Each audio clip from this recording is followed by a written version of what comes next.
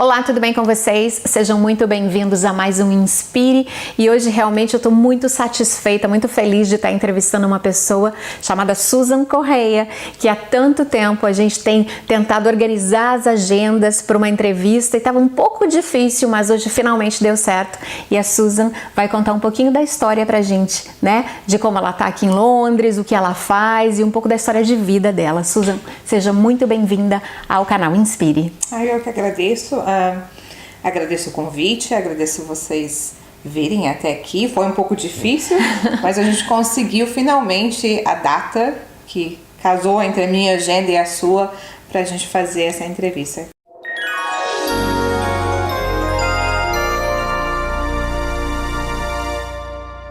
Susan, é um prazer ter você aqui com a gente. Conta um pouquinho da sua história, né? De onde você é no Brasil, há quanto tempo você está em Londres, como é que foi essa caminhada? É longa. Então, ainda bem que Vamos lá. Eu sou de Curitiba, Paraná. Eu saí do Brasil já tem mais de 20 anos, na verdade. Eu moro em Londres há 13 anos que eu estou em Londres. Mas eu morava nos Estados Unidos antes de vir para cá. Tenho 3 filhos e sou midwife em Londres. E faço alguns trabalhos também voluntários e trabalho com alguns charities e procuro também, assim como você e outras pessoas, passar informação para a comunidade brasileira. Mas acho que a história principal da minha vida é o fato da maternidade, que mudou muito a minha vida, né? Depois que eu me tornei mãe, eu tive outras visões, outros conceitos e quis passar a servir também como fui servida quando eu tive os meus filhos. Na verdade, a maternidade é sempre um assunto que às vezes traz polêmica, chega a ser tabu muitas vezes, porque a gente acha que é simples, que é fácil, que o instinto materno vai falar mais alto sempre, que a gente não vai sofrer de alguma forma, e isso tudo a gente precisa compartilhar e conversar a respeito, né? Porque não é simples, não é fácil, principalmente estando num país que não é o nosso, né? Muitas vezes sem o apoio das pessoas que poderiam nos auxiliar. Eu sei que você comentou já que depois que você teve a sua segunda filha, né? Você decidiu então ser midwife. Conta pra gente como é que aconteceu e por que você tomou essa decisão. A decisão que eu tomei, na verdade, foi baseada na experiência que eu tive positiva após uma experiência muito negativa, né?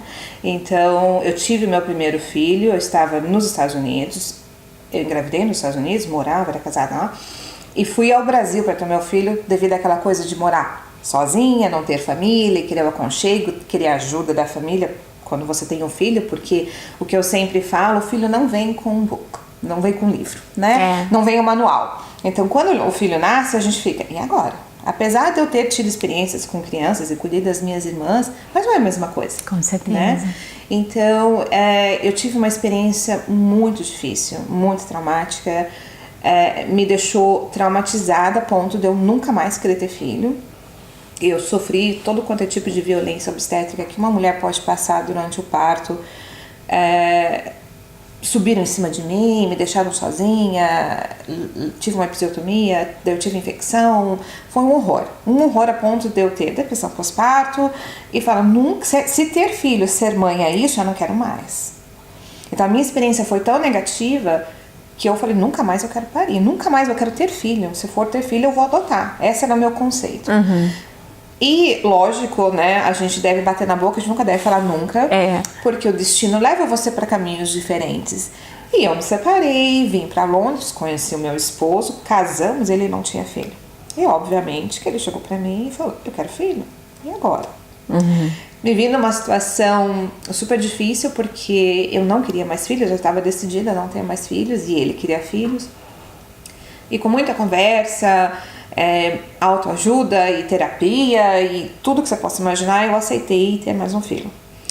Foi então que eu descobri o que é ser midwife. Eu tive a minha experiência aqui, eu tive minhas filhas no St. Mary's e foi uma experiência maravilhosa. Eu tive a melhor midwife, que hoje é minha colega, a gente trabalha junto, que uma mulher pode ter. Eu tive a experiência totalmente contrária do que eu tive no Brasil. Foi uma experiência positiva, eu fui respeitada, eu fui escutada, eu fui acolhida. E foi durante a minha gravidez que eu comecei assim, não, mas isso pode ser positivo, isso pode ser diferente, isso pode ser legal. E foi então que eu comecei a entender sobre o que é ser midwife, como é ser midwife, e comecei a estudar para ser midwife. Entrei na faculdade, fiz a faculdade aqui, me formei, e hoje eu trabalho como midwife e eu ofereço para as mulheres o que eu tive. Porque eu acho que a minha experiência, como eu tive a experiência do positivo e do negativo, isso mostrou pra mim o que é o bom e o que é o ruim. Com certeza. E eu consigo ter um balanço, né? Porque, infelizmente, você não consegue agradar todo mundo. O mundo é assim, né? Mas eu procuro, principalmente as minhas pacientes, eu procuro tratar com muito respeito, muita dignidade, muito acolhimento, entendimento. Eu acho que essas são as coisas fundamentais durante uma gestação. Porque, principalmente o fato de a gente estar grávida num país diferente, uma língua diferente, tem pessoas que estão aqui que não falam inglês, que estão sem documentação. Na verdade, todo o sistema é muito diferente também, né? Muito, muito. E isso traz um medo muito grande para as mulheres que estão aqui, principalmente aqui em Londres. Porque no Brasil, a gente está no Brasil, a gente fala a língua, nós temos família, a gente sabe como o sistema funciona, né? E aqui a insegurança é muito grande perante esse assunto, de muitas mulheres que não conhecem o sistema do NHS, não sabem o que é uma midwife e fica perdido. É um labirinto, né? Eu confesso pra você que na minha primeira gravidez eu me senti meio abandonada. Porque você ouve as mulheres falando que no Brasil, apesar de ter toda a questão da radiação, que a gente sabe que não é saudável pro feto, nem pra mulher, mas você tem um acompanhamento com ecografia e isso, aquilo, outro.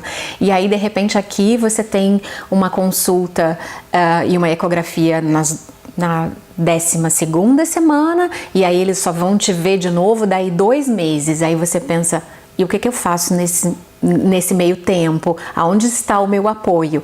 Mas isso foi na primeira vez. Aí na segunda, que eu já conhecia como funcionava, a gravidez fluiu com mais tranquilidade. Eu acho que é mais ou menos isso, a gente se sente meio abandonada, não é? Sim, o que acontece é que nós, brasileiros, estamos acostumados com um sistema de saúde medicalizado. Então, eu tenho o meu médico de família, né? Aquele médico foi o médico da minha avó, o médico da minha mãe que cuida de mim. O meu ginecologista, que foi o ginecologista da minha mãe, que me conhece desde pequenininha. Sim. E quando você chega aqui, você se bate de frente com um sistema que é um GP, que é um General Practice, que é um postinho de saúde. Um clínico geral. Um clínico geral, que cada vez que você vai numa consulta, você vê um médico diferente. Exato. Né? As mesmas perguntas toda vez, que fala assim, nossa, mas eu respondi semana passada, por que você está perguntando a mesma coisa pra mim? Isso cria uma frustração muito grande e uma insegurança, porque a gente não tem esse acompanhamento.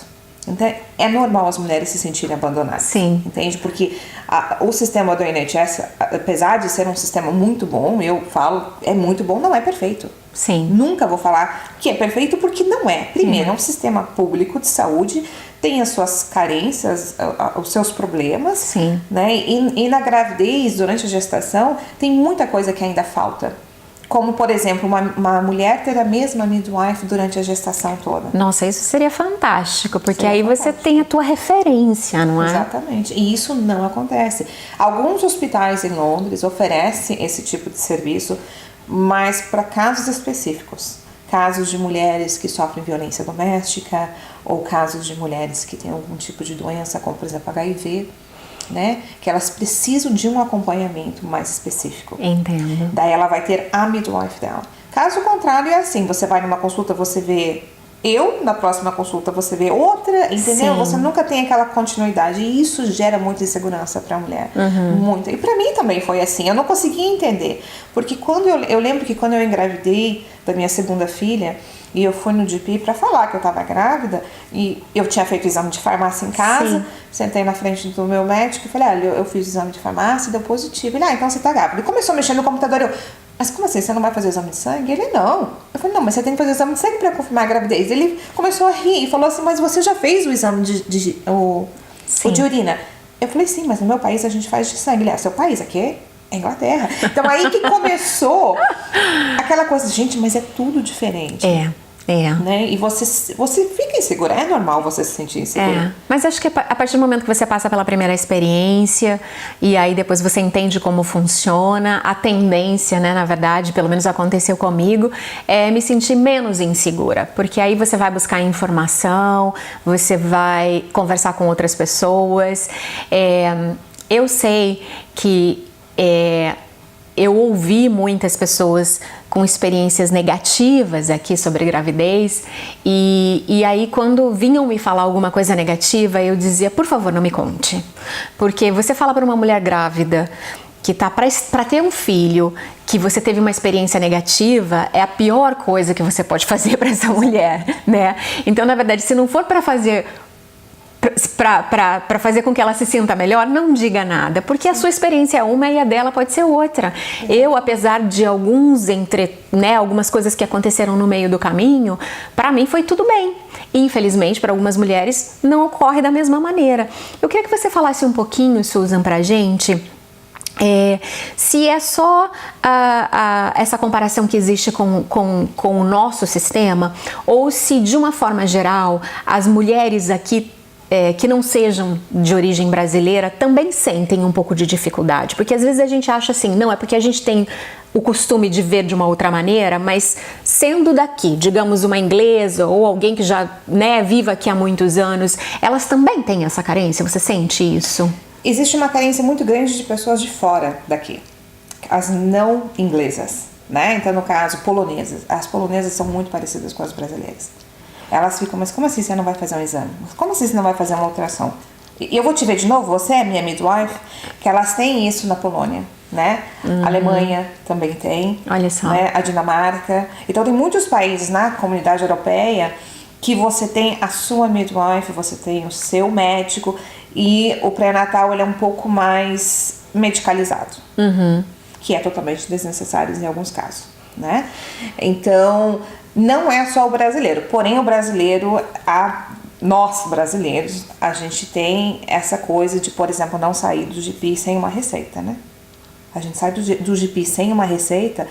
É como Deus, se a gente não tivesse visto o médico. Como assim? Eu fui no médico, eu estou com dor de cabeça e ele não me deu uma receita, sabe? Porque aqui nós temos o país em si, o sistema, ele é mais holístico, né? Então é diferente do Brasil. Mas eu acho que a comunidade brasileira é a que tem mais carência dessa coisa do médico da família, aquele que é conhecido há anos, sabe? É possível ter aqui. Sim. Eu tenho o mesmo médico há 12 anos. Então, meu médico me conhece muito bem, sabe? Mas não é como no Brasil. Não é simples assim. Então, não é só o brasileiro, não é. Respondendo a pergunta, outros países oferecem um sistema diferente e as pessoas têm essa carência também. Não tanto quanto os brasileiros, mas tem. Agora a gente vai falar de uma questão que eu acho que é um pouquinho até polêmica, mas a gente já conversou sobre isso e eu sei que para muitas pessoas a Susan levanta a bandeira do parto normal, chega até a ser considerada uma radical, né? Conta pra gente por que essa imagem, Susan, o que acontece que as pessoas se equivocam tanto?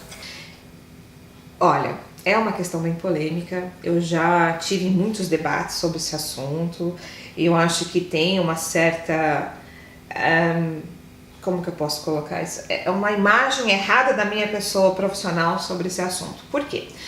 Obviamente, eu sou a favor do parto normal, mas eu também sou a favor de uma cesárea. Mas acima de qualquer coisa, Kátia, eu sou a favor do respeito à escolha da mulher.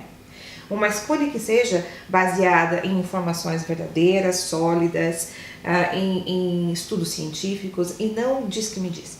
Sabe aquela coisa que nem você acabou de falar? Ai, vendo me contar uma história horrorosa. Se eu chego pra você tá grávida, você acabou de chegar do Brasil, você não conhece o sistema, eu chego e falo pra você assim, não, pelo amor de Deus, você vai ver, cada vez que você vai lá, você vai ver uma pessoa diferente, você vai ficar largada lá no parto durante 10 horas sentindo dor e vai ser um parto longo, você vai ficar horrorizada, você vai ficar com medo, e a primeira coisa que você vai fazer é que chegar no seu médico, eu quero uma cesárea.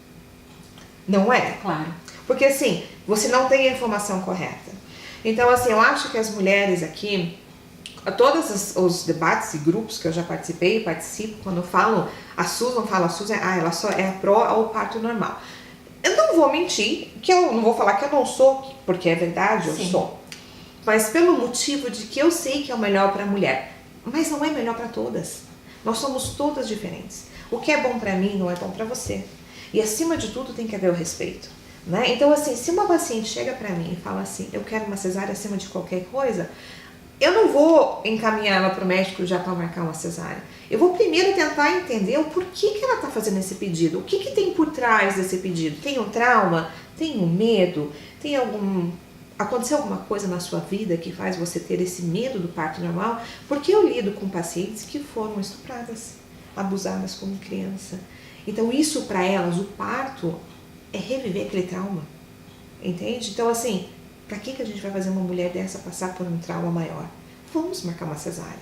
Então sempre tem um porquê, né? Então assim, eu não faço apologia somente ao parto normal. Eu acho que a imagem que eu tento passar, que muitas vezes é errada, eu quero que o direito da mulher seja respeitado, seja qual for. Parto humanizado não significa parto em casa, na água, com luz apagada, todo mundo pelado. Não é isso. Parto humanizado significa respeito. Assim como uma cesárea. É a escolha da mulher. Mas vamos passar as informações e a mulher toma essa decisão. Porque muitas vezes as pessoas me procuram apavorada com o sistema, falando para mim assim, eu vou ser forçada a ter um parto normal, porque aqui eles não dão a opção de uma cesárea, e eu vou ficar lá passando dor, sozinha. As histórias que eu escuto é que a mulher foi induzida e ficou 3 dias no hospital. Ninguém fica em 3 dias em trabalho de parto, começando por aí.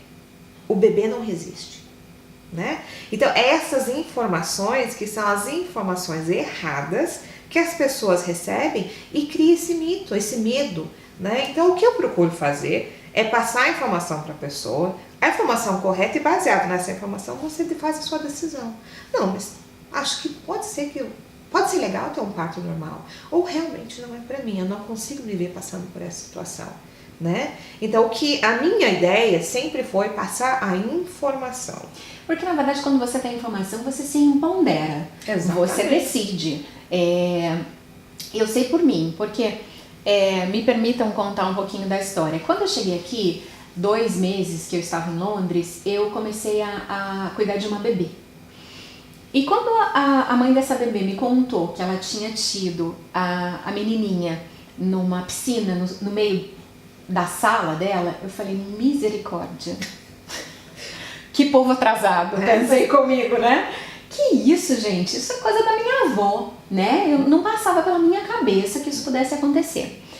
Quando foi para ter o meu primeiro filho, eu continuava ainda com aquela ideia. Pedi sim uma epidural, porque eu não queria sentir tanta dor. Acabou que nas últimas horas eu realmente tive que fazer o trabalho todo, porque estava muito espaçado, anestesia, quer dizer, eu fiz o meu feto sofrer aquele tempo todo, eu, de uma certa forma, exausta já durante o dia, e no fim das contas, por 2 horas, que foi o trabalho mais expulsivo, eu tive que fazer sozinha, porque já não tinha mais anestesia, porque senão ele não ia nascer. Sim. Então, resumindo, acabou que eu decidi, então, para a segunda filha, me informar. Tomar conhecimento daquilo que eu era capaz de fazer, mas não é só corpo, aliás, eu acho que não é corpo, é mente. Porque a partir do momento que você vai lá, você lê, você se conecta com pessoas que passaram pela experiência, isso muda de figura, te faz entender que você pode, que você quer. Aí eu fui procurar fazer workshop de parto na água, que era tudo que eu queria e inadmissível para mim num primeiro momento. Sim. Né? Então muda muito o quadro, fica completamente diferente.